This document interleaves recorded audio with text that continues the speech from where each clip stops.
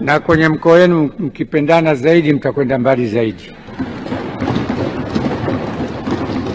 Lakini Mheshimiwa Naibu Spika, sisi kwa muda wa miaka 5 tumekaa ndani ya bunge hili, tumejenga hoja kwenye masuala mbalimbali ya maendeleo, na nataka nitumie fursa hii kwa kweli kumpongeza sana Daktari Samia Suluhu Hassan kwa sababu kila hoja yenye maslahi kwa wananchi tumeona namna ambavyo Daktari Samia amezifanyia kazi.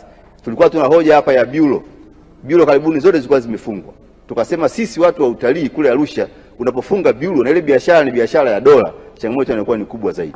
Bureau zilifungwa, kuna baadhi ambao hela zao zilichukuliwa, lakini Daktari Samia alipewa kilio kile, akaweza kusimamia jambo hilo, na hivi tunavyozungumza zile bureau zimefunguliwa, gharama zilipandishwa za kuchukua leseni, zile gharama zimeshushwa, lakini wale ambao walichukuliwa fedha zao, Daktari Samia pia alielekeza zile fedha na zenyewe pia zimeweza kurudishwa, lakini wako baadhi ya wafanyabiashara ambao hela zao bado hazijarudishwa zote, wengine walipewa nusu, wengine robo. Tunaomba Mheshimiwa Naibu Spika, Wizara ya Fedha, sababu tunajua hata Daktari Samia ameshatoa maelekezo hayo, waende wakasimamie basi na wale wachache waliobaki wakamaliziwe hela zao na mambo yaende vizuri zaidi. Na katika hili kwa kweli naomba nimpongeze sana Waziri wa Fedha ndugu yangu Daktari Mwigulu Nchemba, lakini nimpongeze pia naibu wake Waziri wa Fedha kwa kweli kwa kazi kubwa na kazi walioifanya ya kusimamia ipasavyo maelekezo ya Daktari Samia Suluhu Hassan katika nchi yetu.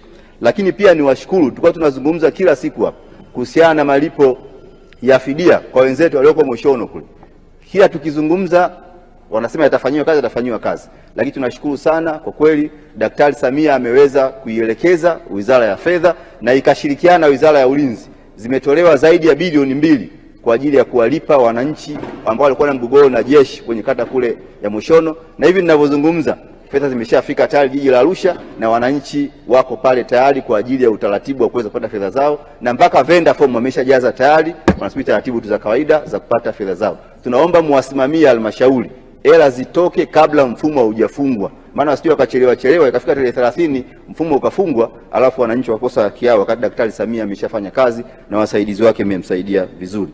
Lakini tunamshukuru pia katika ile eneo mmetulipa Moshono jiji la Arusha sawa, lakini mmesahau kata ya Mlangalini na kata ya Nduluma. Tunaomba na wenyewe pia, japokuwa ni wilaya nyingine au jimbo jingine, kwa sababu ilikuwa ni mgogoro mmoja, naomba na wenyewe pia jambo hili likafanywe kazi, mambo yaende vizuri zaidi.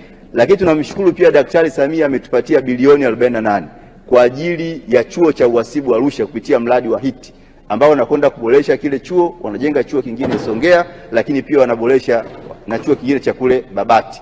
Tunamshukuru sana Daktari Samia kwa kazi hiyo, na tunampongeza mkuu wa chuo Profesa Sedoeka kwa kweli kwa usimamizi mzuri wa fedha hizo. Ukienda pale chuo kimebadilika kabisa, kwa sababu na mimi pia nilisoma pale, nafahamu chuo kilivyokuwa siku za nyuma. Lakini tunamshukuru Daktari Samia pia kwa ajili ya mradi wa TACTIC. Habari hii inatokea jijini Arusha, inahusiana na hoteli ya kimataifa ya Parrot Hotel. Hoteli hii ina hadhi ya nyota 4 ya ukweli iliyopo Kaloleni jijini Arusha. Jengo lake ni la ghorofa lenye floor 13, vyumba 116 vya kulala vyenye hadhi tofauti. Hapa kuna executive suite, junior suite, executive, standard bedroom, double deluxe na twin bedroom. Parrot Hotel ndani yake ina migahawa miwili, mmoja ni maalum kwa ajili ya kupata kahawa za aina zote, sehemu ya pili ni ya kupata chakula pekee. Hapa kuna bar maalum yenye swimming pool iliyopo floor ya 3. Kuna kumbi za mikutano kubwa 2 na kumbi ndogo kwa ajili ya vikao. Katika Afrika Mashariki, Parrot Hotel kwa sasa ni hoteli ya mfano kutokana na ubora wa huduma zake.